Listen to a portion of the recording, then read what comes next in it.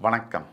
ஆஸ்ட்ரோவேலின் நல்ல நேரம் நிகழ்ச்சியின் சார்பாக அத்துணை சப்ஸ்கிரைபர்களையும் எல்லா அன்பு உள்ளங்களையும் எனது நண்பர்களையும் வருக வருக என வரவேற்பதில் பெருமகிழ்ச்சி கொள்கிறேன். இறைவணக்கத்தை கூறி இந்த வீடியோவை தொடங்குவோம். வக்கரதுண்ட மகாகாய சூரியகோடி சமப்பிரபக அவிக்னம் குருமே தேவ சர்வகாரியேஷு சர்வதா. தென்னாட்டுடைய சிவனே போற்றி, என் நாட்டவர்க்கும் இறைவா போற்றி.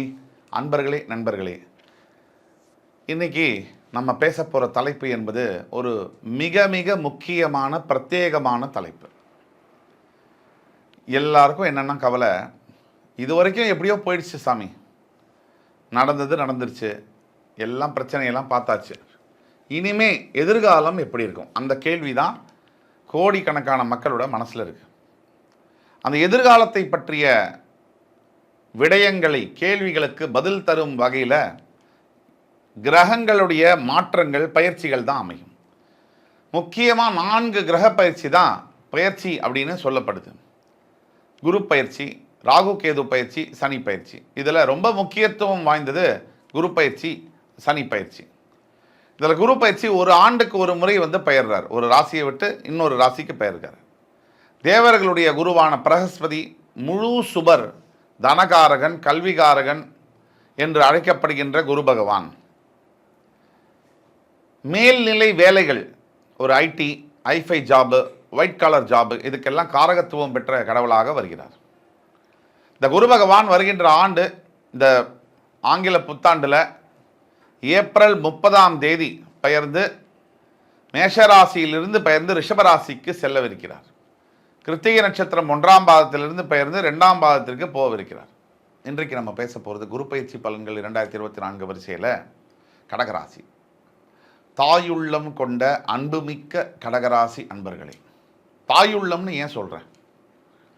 மேஷராசி, ரிஷபராசி, மிதுன ராசி, கடகராசி, இது 4ஆம் வீடு. இந்த வீட்டுக்கு சந்திர பகவான் மாதாகாரகன் ஆட்சி பெறுகிறார். இந்த அவருடைய சொந்த வீடாக வருகிறது. அதனால் எல்லோரிடமும் ஒரு மதர்லி டச், ஒரு மதர்லி அம்மாவுடைய அன்புக்கு இணையாக பழகக்கூடிய கடகராசி அன்பர்கள். பொதுவாகவே கடகராசி அன்பர்களுக்கு எதையும் மறக்க முடியாது. அம்மாவும் அப்படி தான், எதை செஞ்சாலும் அவங்களால மறக்க முடியாது, நல்லதாக இருந்தாலும் சரி, கெட்டதாக இருந்தாலும் சரி. ஆக தாயுள்ளம் கொண்ட கடகராசி என்பர்களுக்கு குரு பயிற்சி பலன்கள் 2024 எப்படி இருக்கும் அப்படிங்கிறத பற்றி பார்ப்போம்.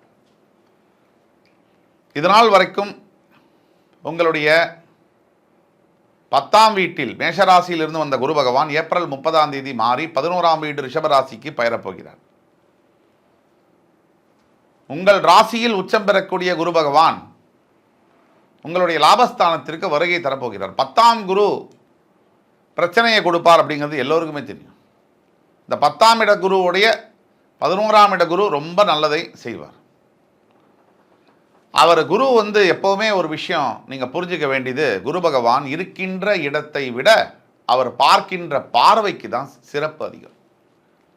அவர் இருக்கின்றது இப்போ 11ஆம் வீடு, வரப்போகிறார் 11ஆம் வீட்டுக்கு.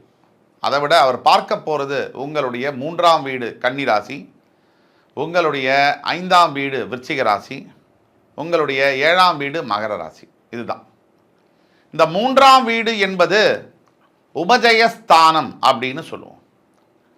3ஆம் வீடு அப்படின்னா என்ன அப்படின்னு கேட்டிங்கன்னா, உங்களுடைய முயற்சிகள், நீங்கள் எடுக்கக்கூடிய எஃபர்ட்ஸ், உங்களுடைய சகோதர சகோதரிகள், உங்களுடைய நண்பர்கள், உங்களுடைய பார்ட்னர்ஷிப்பில் இருக்கக்கூடிய பார்ட்னர்ஸ், இவர்களையெல்லாம் குறிக்கக்கூடியது 3ஆம் இடம்.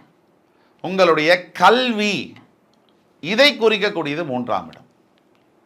அப்போ இந்த இடத்தை குரு பகவான் தன்னுடைய சிறப்பு 5ஆம் பார்வையாக பார்ப்பதினால் கடகராசி என்பவர்களுக்கு கல்வியில் முன்னேற்றம், படிக்கக்கூடிய மாணவ மாணவியர்களாக இருக்கக்கூடிய கடகராசி என்பவர்களுக்கு நினைத்ததை படிக்கக்கூடிய யோகம். அது எத்தனை பேருக்கு இருக்குது? 1,00,000 பேரில் ஒன்று நமக்கு படிப்பு வராது, இல்லை நம்ம படிக்கணும்னு நினைக்கிற படிப்பு நமக்கு கிடைக்காது. இதெல்லாம் அமையிறதுங்கிறது யோகம் தானே. அந்த யோகம் எத்தனை பேருக்கு இருக்குது? அது இந்த ஆண்டு கடகராசியில் இருக்கக்கூடிய மாணவ மாணவியர்களுக்கு கிடைக்கும். அதே மாதிரி சகோதர சகோதரிகளின் மூலியமாக அனுகூலம். இந்த காலத்தில் அண்ணா தம்பி அக்கா தங்க நல்லா இருக்கியாப்பா அப்படின்னு கேட்டாலும் அதுவே மிகப்பெரிய உதவி. அப்படி கேட்டால் கூட மனசுக்குள்ள இவன் பாரு நம்மளை விட பெரிய ஆளாரானா அப்படிங்கிற எண்ணத்தோடு தான் இன்றைக்கி உறவுகள் இருக்குது. எல்லோரும் அல்ல, அப்படியும் இருக்காங்க. ஆக இந்த மாதிரியான நிலைமை மாறி தன்னுடைய தம்பி, தன்னுடைய அண்ணா, தான் ரத்தம், தான் சதை அப்படின்னு நினச்சி நல்லதை செய்யக்கூடிய, உதவிகளை செய்யக்கூடிய, ஒரு நல்ல வேலையை வாங்கி தரக்கூடிய, நல்ல ஒரு கன்ஸ்ட்ரக்ஷன் பண்ணுறீங்க, வீடு கட்டுறீங்கன்னா அதுக்கு உதவக்கூடிய, இது மிகப்பெரிய அளவில் பக்கத்துணையாக இருக்கக்கூடிய, பக்கத்துணைனா என்ன வெறும் பணம் கொடுக்கறது மட்டும்தான் அப்படின்னு இல்லை, மாரல் சப்போர்ட்டுங்க. நீ கவலைப்படாதடா, உன் அண்ணா நான் இருக்கேன் அப்படின்னு சொல்லக்கூடிய, அவன் இருக்கானோ இல்லையோ, அந்த வார்த்தை தானங்க மனுஷனுக்கு முக்கியம். அந்த வார்த்தையை உங்கள் சகோதர சகோதரிகள் உங்களுக்கு சொல்லுவார்கள். அப்படிப்பட்ட அருமையான ஆண்டாக இந்த குரு பயிற்சி ஏப்ரல் 30ஆம் தேதிக்கு பிறகு கடகராசி என்பவர்களுக்கு வருகிறது. அடுத்தபடியாக நண்பேண்டா டாபிக்கு வருவோம். நம்ம ஃப்ரெண்ட்ஷிப்பு அப்படின்னாலே நம்ம திருப்பியும் சொல்கிறேன், எதிரியும் நண்பனும் வேறு வேறு வீட்டிலலாம் இருக்கிறது இல்லை. நம்ம சூப்பர் ஸ்டார் சொன்ன மாதிரி நம்ம கூடவே தான் சுற்றிட்டு இருப்பானுங்க. எப்போ நம்ம கூட இருக்கிறவன் நமக்கு எதிரின்னு தெரிய வரும் அப்படின்னா கண்ணதாசன் பாட்டுக்கு போயிடணும். அதாவது செந்தணலும் நீர் போல் தெரியும், நண்பனும் பகைவரும் நட்பு போல் தெரியும், அது எப்போ காலம் வரும்போது தான் அதை உணரும் அப்படிங்கிற பாடல் வரிகளுக்கு ஏற்ப பகைவன் நம்ம கூடவே தான் இருப்பான். அவர் சொன்னது தான் நான் திருப்பியும் சொல்கிறேன்னு நினைக்காதீங்க, சிரிச்சுக்கிட்டே இருப்பான். நண்பனுக்கும் பகைவனுக்கும் அவர் சொல்லாத இன்னொரு விஷயத்தை நான் சொல்கிறேன்.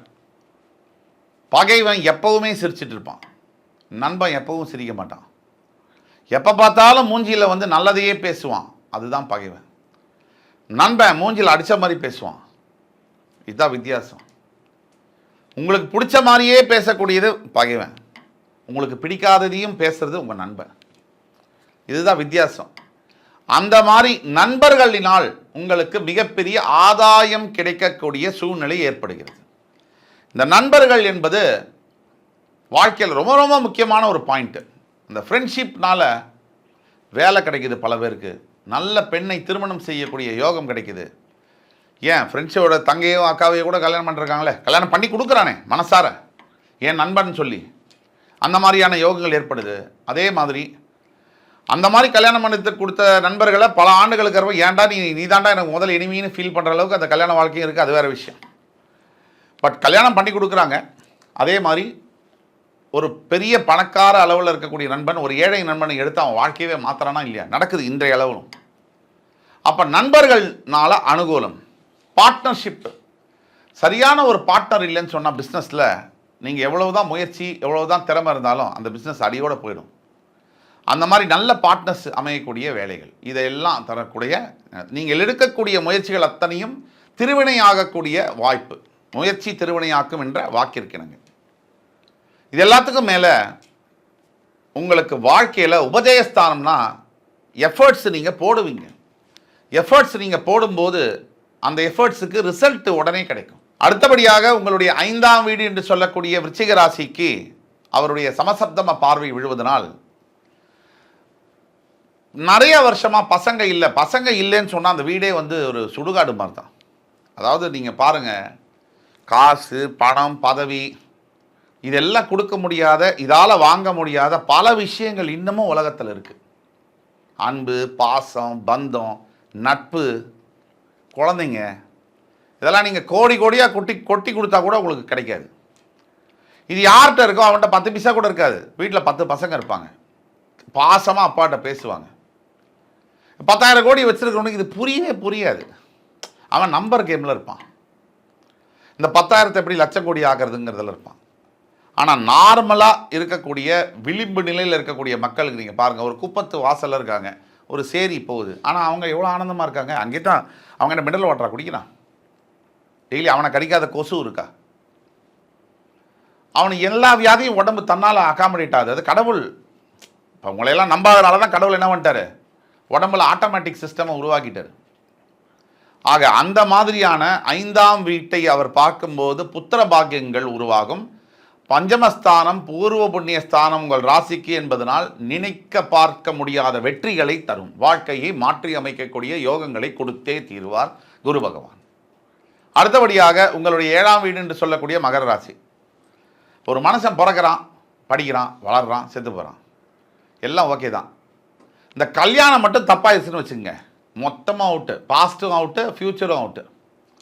பாஸ்ட்டும் அவுட்டுன்னு நான் ஏன் சொல்கிறேன்னா, இது நாள் வரைக்கும் அவன் படித்த படிப்பு, அவன் சம்பாதிச்ச காசு, அவன் இருந்த பதவி எல்லாம் 10 பைசா பிரயோஜனம் இல்லை.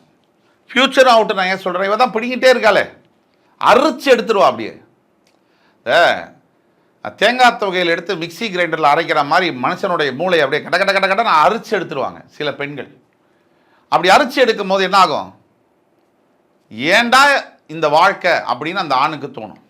ஒரு ஆணுக்கு இன்னொரு பிரச்சனை என்னன்னு சொன்னால், பெண் வந்து அழுதுறது, இல்லை வந்து ஒரு கத்துறது, சத்தம் போடுறது எல்லாம் சமுதாயம் கேட்கும் காது கொடுத்து. ஒரு ஆணுடைய அழுகை என்பது அவனுக்கே கேட்காது. அதுதான் ஒரு பெரிய விஷயம். இதில் ஒரு ஆண் அழும் போது சைலண்ட்டாக அழுவான். அவன் அழுகிறது அவனுக்கே கூட கேட்காது, அவன் மற்றவனுக்கு சொல்லவே மாட்டான். அப்படிப்பட்ட அழுகையை தரக்கூடிய அந்த ஆணுக்கு இந்த மகர ராசியை குரு பகவான் பார்ப்பதினால் இந்த ஆண்டு கடகராசி என்பர்கள், ஆணாக இருக்கக்கூடிய கடகராசி என்பவர்களுக்கு அருமையான வாழ்க்கை துணை பெண்டாட்டி அமைவாள் என்று கூறிக்கொண்டு, அதே மாதிரி பெண்ணாக இருக்கக்கூடிய கடகராசிக்கும் நல்ல கணவன்மார்களும் வருவார்கள். ஆக அத்துணை யோகங்களையும் அள்ளித்தரும் ஆண்டாக கடகராசி என்பவர்களுக்கு இந்த ஆண்டு வருகிறது என்றால் அது மிகையல்ல. அதுவும் ஏப்ரல் 30ஆம் தேதிக்கு பிறகு குரு பகவான் மேஷராசியில் ரித்திய நட்சத்திரம் 1ஆம் பாதத்திலிருந்து 2ஆம் பாதம் ரிஷபராசியில், மேஷராசியில் கிருத்திகை நட்சத்திரம் 1ஆம் பாதத்திலிருந்து ரிஷபராசியில் இருக்கக்கூடிய கிருத்திகை நட்சத்திரம் 2ஆம் பாதத்திற்கு அவர் பெயரும் பொழுது இந்த அற்புதம் நிகழும். ஆக ஏப்ரல் 30ஆம் தேதிக்கு பிறகு கடகராசி என்பவர்களுக்கு மிகப்பெரிய அதிசயங்கள் காத்திருக்கிறது என்று கூறி, அடுத்து வரும் காணொலியில் என் அன்புமிக்க கடகராசி அன்பர்களே, உங்கள் எல்லோரையும் சந்திக்கும் வரை உங்களிடமிருந்து விடைபெறுவது உங்கள் சுபாஷ் பாலகிருஷ்ணன். நன்றி, வணக்கம், வாழ்க வளமுடன்.